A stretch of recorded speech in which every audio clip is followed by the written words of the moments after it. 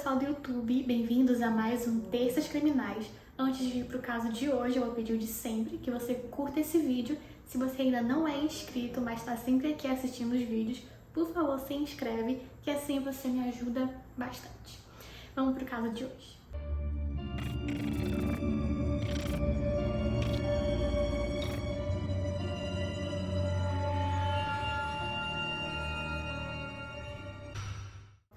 Marilyn Joy Wellman nasceu em 6 de março de 1958. Seus pais eram John e Daphne Wellman e ela tinha mais dois irmãos mais novos chamados Rex e David. Eles moravam na cidade de Mackay, que fica no estado de Queensland, na Austrália. No dia 21 de março de 1972, a Marilyn, com 14 anos de idade, ela sai de casa por volta das 7h42 da manhã para ir em direção ao ponto de ônibus onde ela iria para a escola. Isso era a apenas 1 quilômetro de distância da casa dela. Lá era uma área com muitas fazendas, então ela ia de bicicleta por uma estrada de terra até chegar na estrada principal, onde ela deixava a bicicleta e pegava um ônibus. Seus irmãos Rex, de 8 anos, e o seu irmão David, de 11 anos, eles também iam para a escola, mas eles estavam a 10 minutos de diferença atrás dela. Eles saíram 10 minutos depois e passaram pelo mesmo caminho que ela teria passado, e foi aí que eles encontraram a bicicleta da Marilyn caída com a roda ainda em movimento, e ao lado tinha a sua mochila entreaberta também, toda espalhada na grama, e o seu chapéu da escola. Assustados, o David, que era o mais velho, ele voltou correndo para casa para avisar a mãe.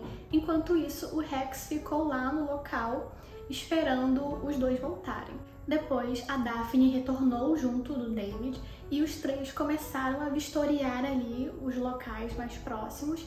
E o Rex depois disse que ele viu no leito de um riacho pegadas de duas pessoas como se elas tivessem acabado de passar por ali.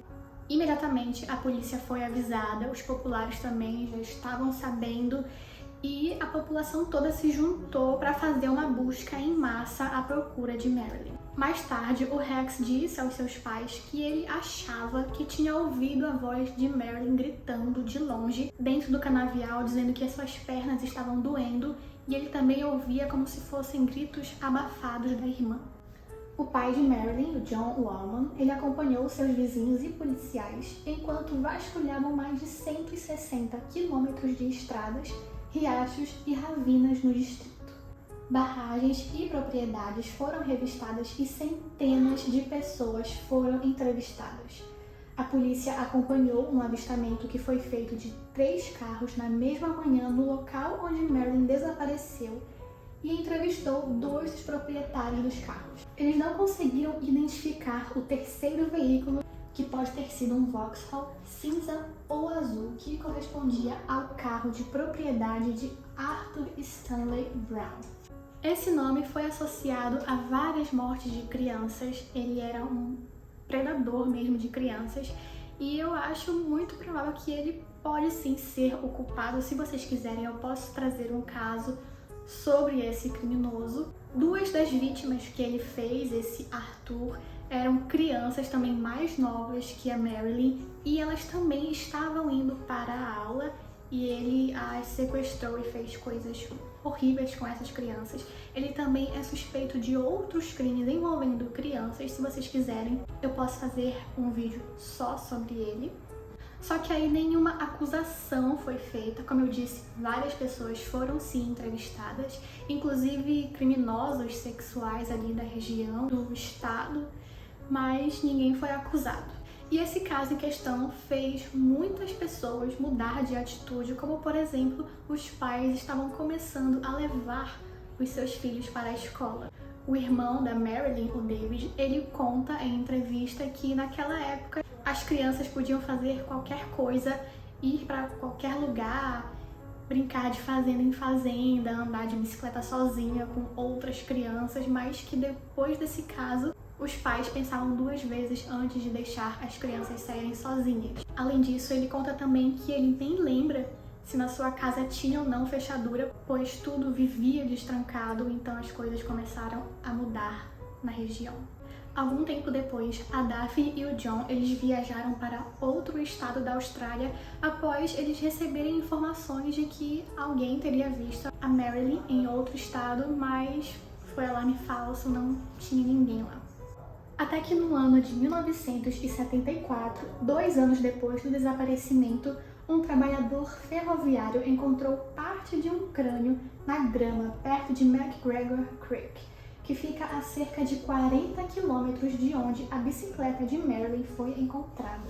Na época, a polícia de Queensland, junto com o FBI e com o Instituto de Ciências da Nova Zelândia, eles fizeram vários testes forenses na esperança de saber se o crânio era ou não da Marilyn, mas eles não obtiveram sucesso, os resultados foram inconclusivos e eles só vieram saber mesmo a identidade desse crânio já em 2014, muitos anos depois, que foi quando a ciência já estava mais avançada e testes de DNA foram feitos com esse fragmento de crânio, comparando com parentes da Marilyn. E foi confirmado que sim, esse crânio, esse fragmento de crânio, pertence a Marilyn.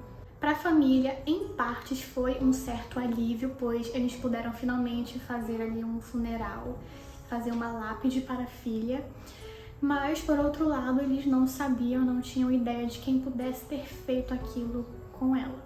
No ano de 2017, esse sentimento de angústia da família só piorou, pois foi o ano em que um tio da Marilyn faleceu e Rex e David eles começaram a perceber que os seus pais não tinham muito tempo, então eles precisavam o quanto antes descobrir quem foi que acabou com a vida da Marilyn. Nessa época, os seus pais, a Daphne e o John, eles tinham 82 anos de idade, então para os filhos era correr contra o tempo. Foi aí que eles decidiram apostar em uma recompensa no valor de $250 mil, oferecida pelo estado de Queensland. E apenas um ano depois, a recompensa dobrou para $500 mil. Mas essa recompensa de 500 mil só teria validade de um ano, o que fez voltar para o valor de 250 mil. Agora, os familiares estão pedindo por uma recompensa de $1 milhão depois que um caso semelhante de desaparecimento tão antigo quanto recebeu essa possibilidade de anunciar ao público uma recompensa de $1 milhão. A esperança é que essa quantia mexa com o coração de alguém e que essa pessoa possa dizer algo. É um caso que acabou de completar 50 anos, completou agora no dia 21 de março. E os irmãos da Marilyn, eles se sentem frustrados, pois um outro caso de desaparecimento recebeu essa oferta de $1 milhão do estado como recompensa, mas o caso da irmã deles não, e segundo palavra deles, eles gostariam de ter o mesmo tratamento nesses casos de desaparecimento. A notícia mais atual que se tem do caso é que a polícia tem um homem de interesse chamado Noel Morris. Ele era casado com uma das parentes de Marilyn e há 4 anos ele foi entrevistado pela Current Affair e ele admitiu ao repórter Chris Allen que havia sido entrevistado pela polícia, mas negou que tivesse algum envolvimento com a sua morte. A detetive Cindy Shirley disse: "Temos testemunhas que viram um veículo a motor Aqua Holden de 2 tons entrar na Rua dos Wallman na época em que Marilyn desapareceu. Também temos uma testemunha que descreveu o mesmo veículo saindo da Rua dos Wallman logo após Marilyn desaparecer." Esse Noel Morris, ele não é acusado de nada, ele é só uma pessoa de interesse. Ele mora em um trailer um pouco mais afastado da cidade e no dia da entrevista ele estava acompanhado do homem que encontrou o fragmento do crânio de Marilyn, chamado Griven Bradsell. E aí a gente fica sabendo que ele ficou por uns dias com o fragmento do crânio até que um policial disse a ele que era melhor ele entregar às autoridades. E foi aí que todo mundo ficou sabendo desse crânio 2 anos depois. Mas o caso tá nisso. A família ela tá mais esperançosa com a recompensa, pelo que eu pude perceber, do que com a investigação em si.